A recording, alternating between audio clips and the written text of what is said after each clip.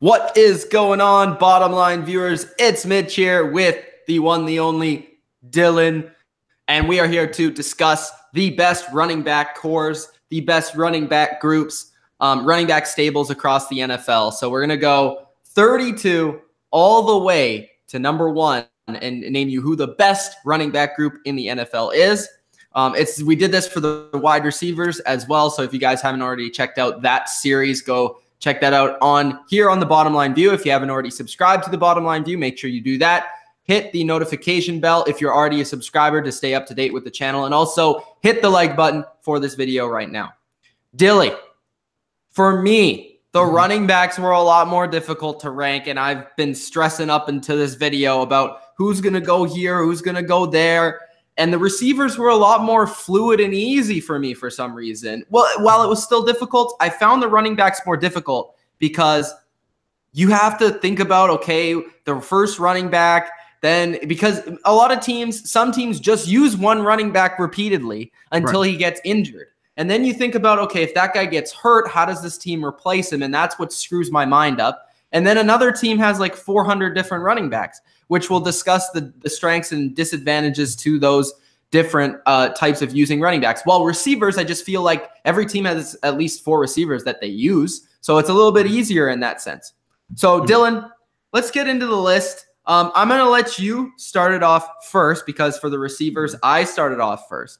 So let's name your number 32 for the 32nd and worst running back group in the NFL. So my number 32, the worst running back core in the NFL for me is the Green Bay Packers. The Packers, they got over here, you got Jamal Williams, Aaron Jones, and Ty Montgomery as the 3 running backs. There's a reason why I didn't list just one and then the other 2 because it's basically a mix of all 3 of these guys. Jamal Williams, Aaron Jones, they got a couple of games last year. They played decent. Ty Montgomery, again, let's know that he's not really a running back. He was just put in that position because they had to. This team just seems like they're very lacking in this department. They could have gone and draft somebody maybe in the 2nd round and got a decent position player, but they decided not to and to stick with these guys. And I think this is a really weak group of guys here. It's not like I'm taking them down, but it's just there's no star power and there's a lack of consistency between these 3 guys. So I have them as the worst in the NFL. 32. That's interesting, man. Number 32 for the Green Bay Packers. Yeah, I had to go with the Packers. I'm interested in 32. Don't get me wrong, but I just find it hard to believe that there's a worse running back group than the Colts. Well, they are number 31 on my list, so there you go. Yeah, so I have the Colts at number 32. Just to me, I think the Packers, which are going to come up on my list a little bit later, I just think have a little bit more of versatility, a little bit more of explosion. While the Colts, I mean, Marlon Mack was given some opportunity last year, but I'm not a huge fan of him as a starting running back. They also have like Turbin, Christine Michael, a couple of rookies in that group, but a lot of unproven guys, not a lot of versatility to me in that group, and just not a lot of guys that scare a defense to me. And that's why they're the worst group. I just don't see anybody that jumps off the page with this group at all, even though they have a lot of names that will probably touch the football this year. To me, none of them are very good. And honestly, this team, losing Frank Gore for probably any other team in the NFL probably would be helpful. But for this team, I think it hurts. So the Colts are at number 32 for me. And if you just want to follow up what I said there for your 31. Yeah. Well, first of all, he almost had 1,000 yards for them. So that's pretty scary for themselves. Not a very good core. Mac, he's young, but we haven't seen much of him. Turbin, I mean, he's been a journeyman. I've seen him in the Cowboys uniform like 2 games because he didn't do anything. And he also was kind of injury prone. Christine Michael, I like him, but not much production. This group just doesn't give me anything, and it's the least intimidating of the entire NFL. So I put him just 1 spot higher because I feel like maybe they'll have more yards than the Green Bay Packers unit, but that's not saying much. So they're at 31. Okay, for me, my 31 is the Denver Broncos. Mostly because the Denver Broncos have a lot of unproven talent at the position, and I can't necessarily say that they're going to be great right off the bat. But they do have Royce Freeman, who's expected to possibly take the spot of their other starting guy, Devontae Booker. But those two guys, I mean, I was never a fan of Booker from day one. I haven't been. To me, he hasn't shown really anything. You know, if Freeman ends up being something, then this could completely change their running back core. But they also have Henderson as their third string. To me, there's nobody here that really flashes anything outside of possibly Freeman of being something. But again, he hasn't played yet, so I can't say that. Booker, to me, just has had fumble issues, has had screwing up assignments all the time, and just a guy that to me is not very special. And I just don't see anything from this Broncos group. And I think that might be one of the areas of their team that is severely lacking. And I understand why they let go of CJ Anderson, but to me, that was a big loss and maybe an underrated loss for that team. So the Broncos, 31. At number 30, we're going to start off that Seattle Seahawks. Really? Okay. Yeah, I mean, look, the five guys we got here, Rashad Penny, I like, but I think was a big reach in the first round. I think you could have got him in the third round, personally. Chris Carson, I mean, I like him, but we just haven't seen him a whole lot on the field. He was like their leading rusher for 4 weeks and then got hurt, and it was really sad because it was just Carson. CJ Prosise, do we ever see him on the field? Ever? JD McKissick, more of a receiving guy than anything. I think this team been severely lacking in the running back department for years since Marshawn Lynch. So I'm glad they picked somebody up with Rashad, but with the combination of, I think, him being a stretch at the first round selection and the other guys either not being on the field or just not being that productive, I had to put him here at number 30. Okay, interesting. At number 30, I have the Green Bay Packers. Dylan already brought them up as his worst running back crew in the league. Now, I don't agree with that, but I think that they're pretty bad. Looking at their group, they have Ty Montgomery, who he's shown a little bit of flashes, but as Dylan said, he is a receiver transformed into a running back. The one positive, I think he does fit what the Packers like to do when Aaron Rodgers is on the field, because they like to pass the ball a lot. He can split out and be a receiver and do those sort of things. So he gives some versatility there. I kind of like Aaron Jones a tiny bit. He does have good speed. He showed a couple of games last year where he did have a couple big plays. And also Williams there as the other back. I mean, it's not the greatest in the world, but I think it's actually probably it may be a little bit better than what they've had over the past couple of years, with given a little bit more experience. I know that's saying not a lot, but the Packers, to me, they have a little bit more versatility and kind of three guys that I do like, as opposed to the Colts, who's a big unknown to me, and the Broncos also, who don't really have much as well. So that's why the Packers just maybe a little bit more of the known factor, as well as a little bit more versatility, as opposed to the last two on my list. Okay. I mean, it's not that much of an upgrade, so I'm not going to be mad that you put them 30 over here. At number 29, this is a team that Mitch was putting over the last receivers video. I don't know if he's going to put them over this big here, but it's the New York Jets. Okay. The Jets, I mean, you look at the roster, and it's like, I don't, a little bit higher on my list, actually. A little bit higher? Okay. Yeah. See, I feel like this one's going to be a little bit different than our receivers list, just to be honest, because a lot of different things go into it. But Isaiah Crowell, one of the most overrated running backs in the entire league. We saw what he did in Cleveland, and that was nothing. So I don't think he's going to be that productive. I do like Bilal Powell. I think he is a decent running back, and he made some big plays for them last season. But in terms of the rest of the depth, you got Thomas Rawls, who had like a stretch of 3 games for the Seahawks where he was really good until he got hurt and then didn't play at all last year. So you got a combination of a guy that I think is really overrated, a guy that doesn't play on the field. So just curious, for running for basically 900 yards for 2 years is overrated? I think it is. What did he? Yeah, he's averaged over 4 yards a carry on the worst team in the league. I don't think he's been that good. I'm going to be honest. I feel like I always see him in the box scores with like 2 or 3 yard runs consistently. I'm just not a fan of him personally. And with there's one guy that I like on their roster, and that's Bilal Powell. And I had to put him down here because I don't think they're that talented compared to the rest of the teams on the list. So 29. Okay. For me, number 29, I have a different AFC East team. I actually have the Miami Dolphins at 29. I like Kenyon Drake, but that's about where it ends. And I don't even know if he can be a number 1. I feel like he's a guy that probably is going to have to share time with Frank Gore and some of these other younger running backs because I just don't think he can carry the full load. But then again, he is a guy that kind of reminds me of a little bit of Dion Lewis in a way. He has good feet, good quickness, can make a guy miss. Frank Gore is old as dirt, and I don't know if he has his legs left. So I know he continues to produce with the box scores like Dylan just brought up for Isaiah Crowell, but I just don't see him having much of an impact on any game that he's played in for the last couple of years.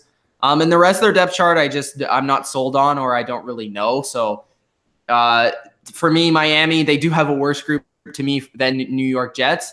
And I think that's just too much reliance on Kenyon Drake, a guy that has yet to prove that he can really be a number one back. We'll see this year if he can do it, but up until this point, we haven't seen it. So I can't really put them any higher than at this spot here. 28 for me, I have the Tampa Bay Buccaneers. Hey! Ronald Jones. I also have the Tampa Bay Buccaneers at 28. I like it. All right. So for me, I like Ronald Jones as much as a nice guy, but again, we have not seen him in the NFL, so the potential level can only be raised so high on this list. And past that, there's nothing. I mean, literally nothing. Doug Martin's gone. You don't think so? Peyton Barber is like Peyton Barber, Charles Sims, Jaquiz. That's not that bad. It's kind of bad. Jaquez Rogers, I mean, like, I see he's probably looked at as maybe the number one guy right now, but like, I don't see that much talent. He's definitely not a number one guy for me. Like, I would never put him as a number one. Maybe as a decent number. No, he's not a number one. But you're assuming that Ronald Jones will be the number one. Quiz Rogers, Charles Sims are the catchbacks, and then you have Peyton Barber as the red zone guy. To me, that's not terrible. It's not the worst thing I can expect here, but like, I don't see a whole lot of like this team.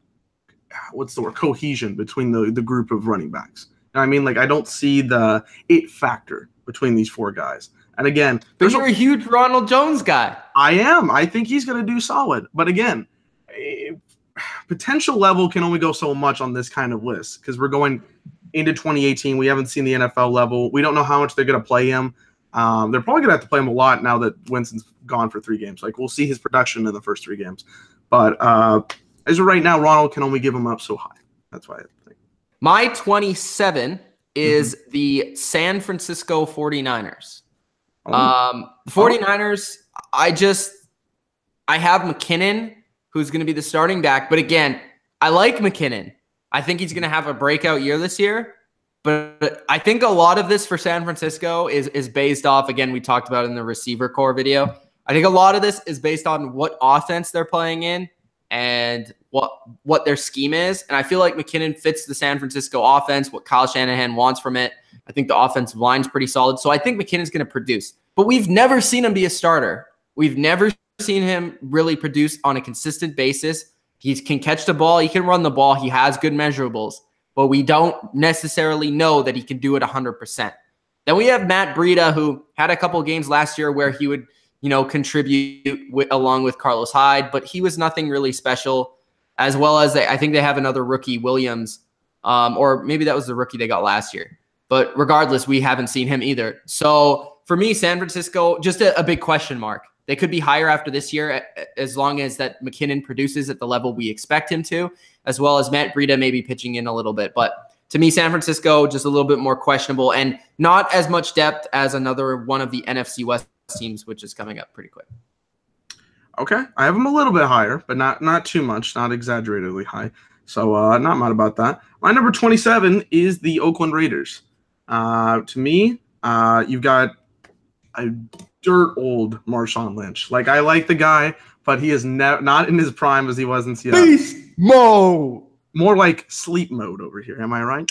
Yeah. He actually had a good last half of the season, which actually influenced me on where I put them. And I didn't put them too much higher, but they're in the 20s. But it did influence me on putting them higher than a couple of teams.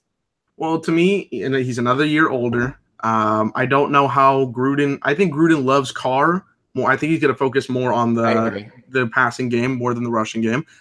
They brought in Doug Martin, which sounds like a nice acquisition until you realize he's the most spotty running back in like the last couple of years. Like, one season, he'll go off and leave. But what if it's that one season? But he's not the number one running back, so how do I know? Maybe he will be. if he takes over in week 4 and just dominates, I'm gonna change. I'm gonna feel bad about this pick until I see that production, because he was not very good last year. There's a reason why he got released. So those two guys, and then DeAndre Washington, Jalen Richard. Not much to say there about those guys. DeAndre Washington's a third down running back. So I think those guys will actually be better this year, because I think Gruden will use them more in the passing game as opposed to some of their other coaches that they've had in the past. So I think you could see them play better than they have, which is why maybe that influenced me as well. But yeah. Okay. At 26, I have the Baltimore Ravens. For me, you got Alex Collins. Interesting, because I also have the Baltimore Ravens. Well, there we go. Well, actually, they're at 25. Okay. Well, we'll talk about them. Okay, so I have Alex Collins, Buck Allen. This is basically what you're working. You got Kenneth Dixon as a third, but he's not that much of a guy there. Alex Collins, he had a couple of really good games last season, some shining moments. And Buck Allen, I think, started off well and then just really regressed towards the second half of the season. Like, he did not do as much as they would want him to. He's a big power back, and Alex Collins is kind of like a shifty guy that, of course, Sunday Night Football is going to preach about. If you watched the game last season, it was all about Alex Collins. For a lot of like statistical, like Pro Football Focus, he's right up there just for the amount of missed tackles he had, the amount of like good games he had. So like Alex Collins is pretty underrated. He's one of the more underrated running backs in the league. I like him, and it's not like he's a bad running back. I'll give him that. The thing is that there's not a lot of depth here.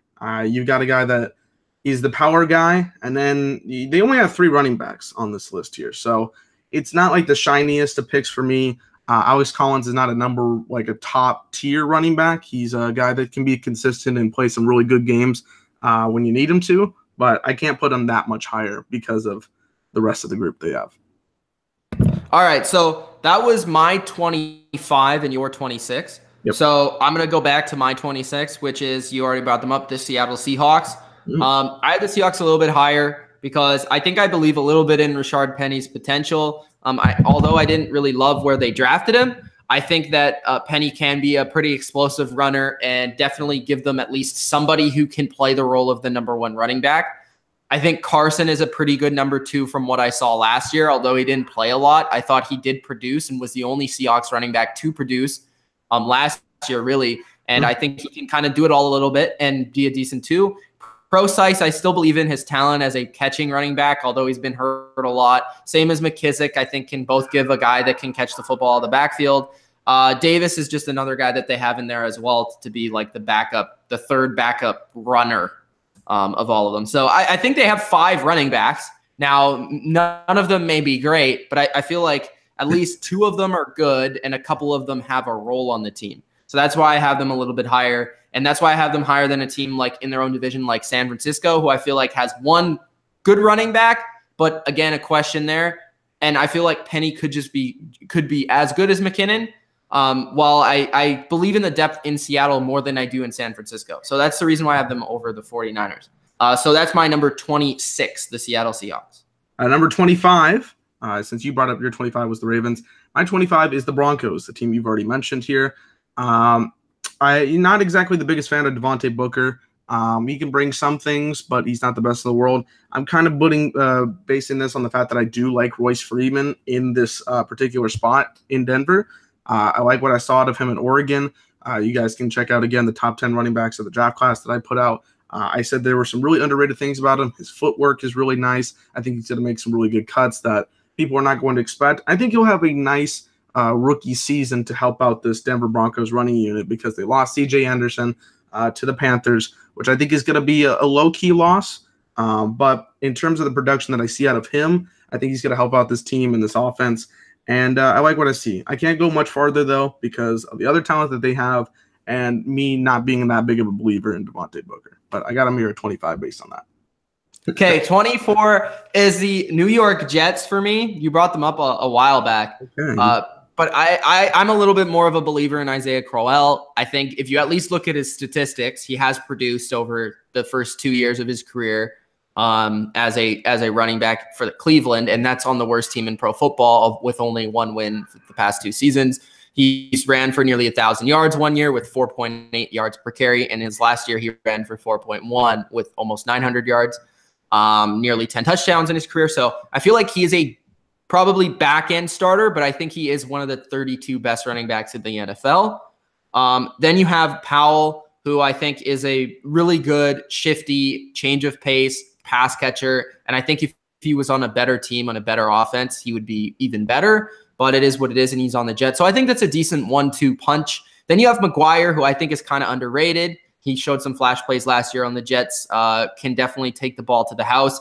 And also Thomas Rawls is their number 4, who at least has some recognition from his time in Seattle. So I think that the Jets are maybe a little bit underrated group. Depends on what Crowell can do on this team, and also if McGuire can maybe make a little bit more of a standout season. But I think that they're better at least than what Dylan gave them some respect for at number 24. Number 24 for me is the 49ers, a team that Mitch already mentioned. I like Jerick McKinnon. I think he's going to be solid. I think him and Jimmy G are going to work really well. I think he's going to be that, pass catching running back that we saw in Minnesota. Latavius Murray was taking more of the carries. So McKinnon now is going to have to take more of the workload in the running back department. But I think him and Jimmy G are going to work well. And they better hope he's well, considering the amount of money that he got. So I like the production that I saw out of him, especially last season. We goofed on him before, but last season he produced. Matt Breida, I think, is a decent number 2. He showed out a couple of times, had some decent games. I like that he's getting that second role and producing something. So I like the combination of those two guys. Not exactly a fan of the last 3, but I think those two guys in particular are going to show something for the 49ers and give Kyle Shanahan some kind of hope there with the running back department. So number 24 is the 49ers. All right, next for me at number 23 is, you already brought them up as well, Oakland Raiders.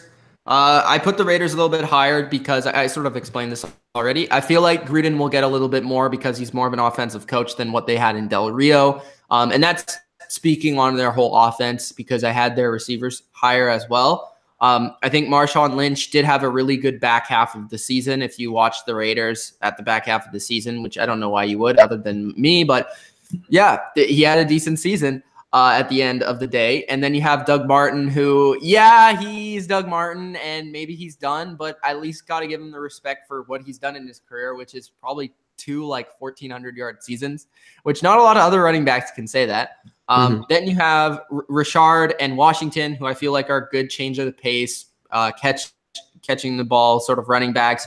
And I think they kind of blend together. And I think this is good that Oakland went out to get another guy besides Marshawn Lynch who has experience carrying the load in Doug Martin. And I think it could work out for them if they're given the right amount of attempts and the right amount of balance here, because both guys are getting up there in age. It could be a good mix here in Oakland. So I'm looking forward to seeing if they can produce at number 23. I've got the Texans here at number 23. I'm fine with that. I have them at 22. I like it. Okay, Lamar Miller, not really productive running back for the 49ers. Sometimes he can be there, sometimes he cannot. Dante Foreman, I think, is probably my favorite running back on this group. He's got a lot of young talent. I actually agree with you. That's crazy. I actually agree. I think Foreman is better than Lamar Miller. He rushed a lot in Texas, so I know he can carry the load. He didn't get a lot last year, but I think. But every time you would watch him, or every time I'd follow a Texans game, I'd go through the score and it'd be 80-yard touchdown for Devontae. I'm like, why does he not play? I don't know. I don't know why they think Lamar Miller. And you wouldn't expect whatever. He's a big back, and you would expect him to take screen passes to the house. But I mean, he impressed last year. I think he could be one of those fantasy sleeper guys, because I think Lamar Miller, his days are ending here. He's just got too many carries, and he's not the type of running back to take all those carries, and it just kind of ruined him. And by the way, the Texans only had one rusher go for over 100 yards in a game this season, and it was Alfred Blue, who is their third running back. He's decent. He's okay. I like him with the third role, not as a second or a first, but as the third role, he's good. By the way, there's only 2 teams that didn't have one last season. I already mentioned one. We're going to get to the other. I make a joke about them every 5 seconds. So in terms we know who that is. They still haven't done it. So, but in terms of this, I think Dante Foreman's the best one. But I think having Lamar Miller as your number 1 is going to hold you back on this list. I'm sorry to say that to Lamar Miller. I know you're not watching, but that's what I got to have here, number 23. My number 22 is the Cincinnati Bengals. I like the – Interesting. You got them higher, I'm guessing. About 5 spots Thoughts? Yeah. Okay. Yeah, I like what I saw. I've seen some things. Joe Mixon, a good running back. Didn't get to fully show what I think he's capable of this past season, but I think he is good. Giovanni Bernard, I think his days are past him. Mark Walton, I did talk. I believe he was my 10th running back in that top 10 list. So he did sneak in. I do like some of the things that he brings. He's a very big back and is very slow. So that's one thing to take away from him. But so it's Jeremy Hill. Well, yeah, but he's gone. So good thing for them. Joe Mixon as the number one, I think, is the best solid choice for the Bengals' future going forward. I like what I see out of him. And Mark Walton's not bad as a complimentary piece, but I think Bernard is not that great anymore. And that's pretty much it for the Bengals. I like what I see out of Mixon, but not much more. On my list, but not yet, because I'm going to shock the world here. I have the Arizona Cardinals at 21. Really? The reason why I have Arizona Cardinals is because we saw what happened last year when David Johnson got hurt. I have him surprised. Well, yeah, I guess I should have taken that into account. But you know what I mean? Like this was my issue with a lot of teams on this list, and this was why I had a really hard time ranking some of these teams, because I tried to balance the depth with the starter, and obviously David Johnson is a top 3 running back, arguably the best running back in the league. But when he gets hurt, which we've seen already, the Cardinals have no running game. They have nobody. Like, off the top of your head, I don't even know if I could have named who their backup was. They have a rookie now, Edmonds, who is probably going to be the guy there. Penny, a guy named Penny as well. DJ Foster, who I know from the Patriot days, who got cut and then got signed by the Cardinals. So, yeah, they just don't have any depth, which that's going to hurt them if David Johnson does get hurt again. Luckily for them, if he doesn't get hurt, he takes every carry and every catch anyways, so it doesn't matter. But that being said, I had to take that into account, and I think the Cardinals would be wise to go out there and maybe even at the end of training camp, or if they don't like what they see out of these young running backs, to go out there and sign maybe a veteran that's more proven in the league, or maybe a guy that gets cut from a different team. Pick him up and put him on your roster, because the Cardinals definitely lack in that department. At number 21 for me, it is time to unveil the other 100 running back less group here. The Lions. Kerryon Johnson, I think it was a good selection in the second round. I know Mitch was a big fan of that. Theo Riddick. Mostly because it's Matt Patricia, and I like what he did with the team. But I have the Lions at 20. So all right, good stuff. Theo Riddick. Not ever going to be really a running back caliber guy, but he's more the catch passer. LeGarrette Blount, I actually like that. That was a sneaky acquisition here in the offseason. I think that's going to be solid for them. Amir Abdullah is in the fucking garbage. So in terms of the other 3 guys, I like what I see. You didn't bring up my boy. Your boy? Zach. Oh, fucking Zach Zetter over here. Bro, I don't understand why he doesn't get more touches, to be honest. He's not even on the fucking depth chart over here. Yeah, he is. Well, he's not even in the top 5 on the Lions roster here that I have. He's 5th for me. He's 5th? Okay, they have Dwayne Washington as my number 5. God, Dwayne. But fucking okay. Anyways, we need to stop saying that. So the top 3 guys I think are pretty decent. They give something to the table for the Lions compared to what they didn't have last year. Kerryon Johnson. Hopefully he can break this streak, the longest streak I've ever seen of a guy not getting 100 yards in a game. It's absolutely ridiculous. Please break that. It shouldn't be this fucking long. It'll be like 5 years if they go 2 months into the season. Theo Riddick brings his part. LeGarrette Blount, like hard runner. He's going to continue to fight for it, and he's been in the league for a long time, so he's not going to give that much, but he'll give something as like a boost for the Lions. I got him here 21.